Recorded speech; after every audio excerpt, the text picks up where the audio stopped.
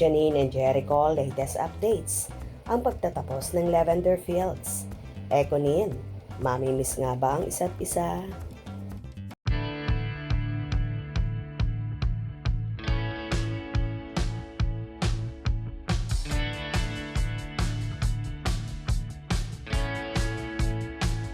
At dahil ito na nga ang huling linggo ng pagpapalabas at pag-ere ng hit seryeng Lavender Fields na pinagbibidahan nina Janine Gutierrez, Jericho Rosales, Jody Santa Maria, Julina Magdangal at marami pang iba. Fulfillment at happiness naman ang nararamdaman ng mga cast at todo pasasalamat sa lahat ng sumubaybay at tumangkilik simula day 1 hanggang sa uli na di sila binitawan. Marami mang nalungkot sa naging ending ng istorya at sinisisi pa ng iba ang mga writers ng Lavender Fields at nabitin daw sila. Di sila kumbinsido sa naging ending na tila apektado sa naging takbo ng istorya.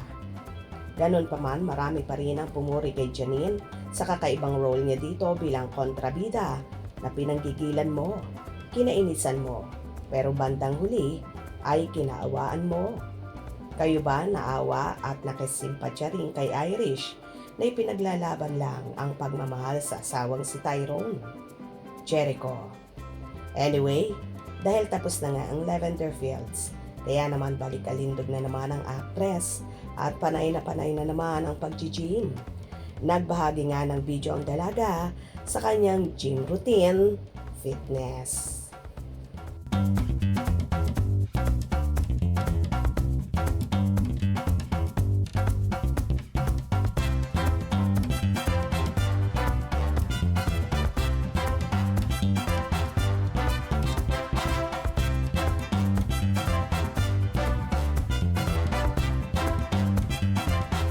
Samantala, nagbahagi rin si Eko ng ilang ganap sa kanilang serye sa kanyang Instagram story sa ganap sa Lavender Fields na tila namimiss niya ang mga cast at syempre, lalong higit ang karakter ni Irish Benavides, Janine, na gumaganap bilang asawa niya.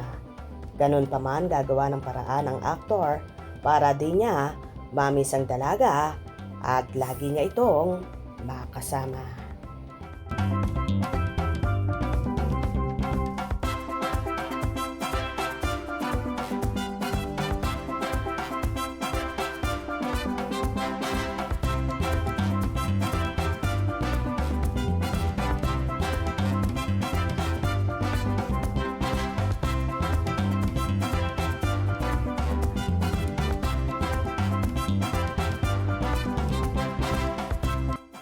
By the way, nasatisfied ba kayo sa naging ending ng Lavender Fields or isa rin kayo sa nabitin, naghimutok sa naging katapusan ni Irish Benavides na marami ang pinaiyak at naawa na dapat daw siyang nagwagi dahil siya ang original na asawa?